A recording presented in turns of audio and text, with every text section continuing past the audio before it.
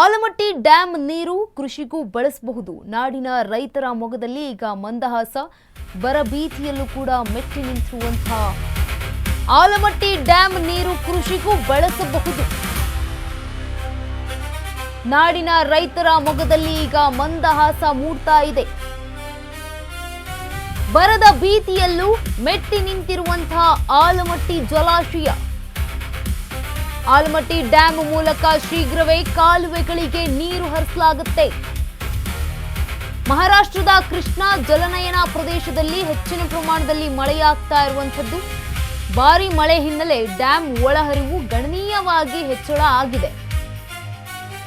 ಕಾಲುವೆಗಳಿಗೆ ನೀರು ಹರಿಸಲು ಮುಂದಾಗಿರುವಂತದ್ದು ರಾಜ್ಯ ಸರ್ಕಾರ. ಬೆಳೆಗಳಿಗೆ ಕಾಲುವೆಗಳ ಮೂಲಕ ನೀರು ಹರಿಸುವ ಪ್ಲಾನ್ ಆಗ್ತಾ ಇದೆ ಸರ್ಕಾರದಿಂದ. ಉತ್ತರ ಕರ್ನಾಟಕದ ರೈತರ ಮೊಗದಲ್ಲಿ ಈಗ ಮಂದಹಾಸ ಮೂಡ್ತಾ ಇದೆ. ರಾಜ್ಯದಲ್ಲಿ ಕಳೆದ ಕೆಲವು ಅವಧಿಗಳಲ್ಲಿ ಮಳೆಯ ಕೊರತೆ ಕಂಡು ಬಂದಿತ್ತು. ಇದರಿಂದ ಹಂಗಾಮಿ ಬೆಳೆಗಳಿಗೆ ನೀರು ಒದಗಿಸಲು ಸವಾಲು ದೊಡ್ಡದಾಗಿ ಎದುರಾಗಿತ್ತು. ಆದರೆ ಪ್ರಸ್ತುತ ಇದು ರೈತರ ಬೆಳೆ ಸಂರಕ್ಷಣೆಗೆ ಆಶಾ ಕಿರಣ ಈಗ ಬಂದಿರುವಂತದ್ದು. ಆಲಮಟ್ಟಿ ಡ್ಯಾಂ ನೀರು ಕೃಷಿಗೂ ಕೂಡ ಬಳಸಬಹುದು. ಇದೀಗ ನಾಡಿನ ರೈತರ ಮೊಗದಲ್ಲಿ ಈ ಒಂದು ಸಂತಸ, ಮಂದಹಾಸ ಮೂಡ್ತಾ ಇದೆ.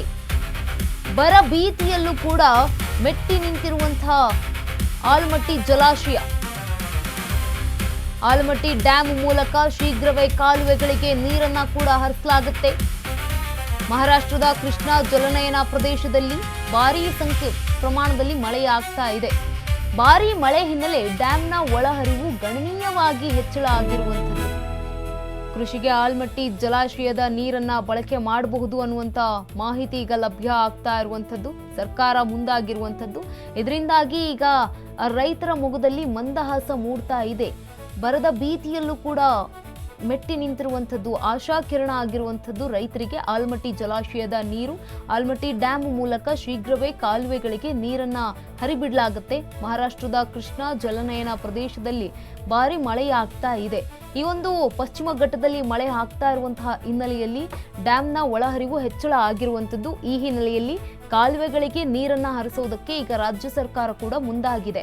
ಬೆಳೆಗಳಿಗೆ ಕಾಲುವೆಗಳ ಮೂಲಕ ನೀರು ಹರಿಸುವ ಪ್ಲಾನ್ ಅನ್ನ ಮಾಡಿಕೊಂಡಿರುವಂಥದ್ದು. ಇದು ಉತ್ತರ ಕರ್ನಾಟಕದ ರೈತರ ಮೊಗದಲ್ಲಿ ಮಂದಹಾಸ ಮೂಡ್ತಾ ಇದೆ. ಉತ್ತರ ಕರ್ನಾಟಕ ಭಾಗದ ರೈತರ ಜೀವನಾಡಿ ಆಗಿರುವಂಥದ್ದು ಕೂಡ ಆಲಮಟ್ಟಿ ಡ್ಯಾಂಗಳು. ಈ ಒಂದು ಡ್ಯಾಂ ಕೂಡ ಒಂದಾಗಿರುವಂಥದ್ದು.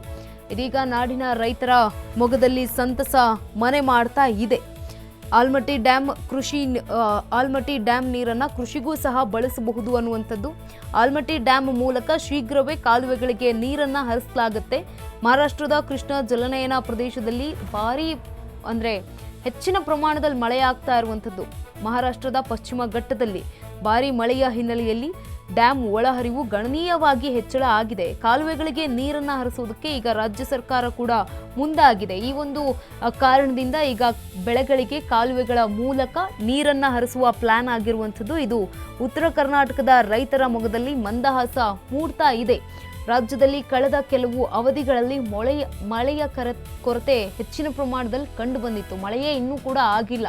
ಒಂದಷ್ಟು ಭಾಗದಲ್ಲಿ ಮಳೆ ಆಗ್ತಾ ಇದ್ರೆ ಇನ್ನೂ ಒಂದಷ್ಟು ಕೆಲವು ಜಿಲ್ಲೆಗಳಲ್ಲಿ ಇನ್ನೂ ಮಳೆ ಆವರಿಸಿಕೊಂಡಿಲ್ಲ ಕೂಡ, ಜೊತೆಗೆ ಮಳೆ ಬಂದಿಲ್ಲ.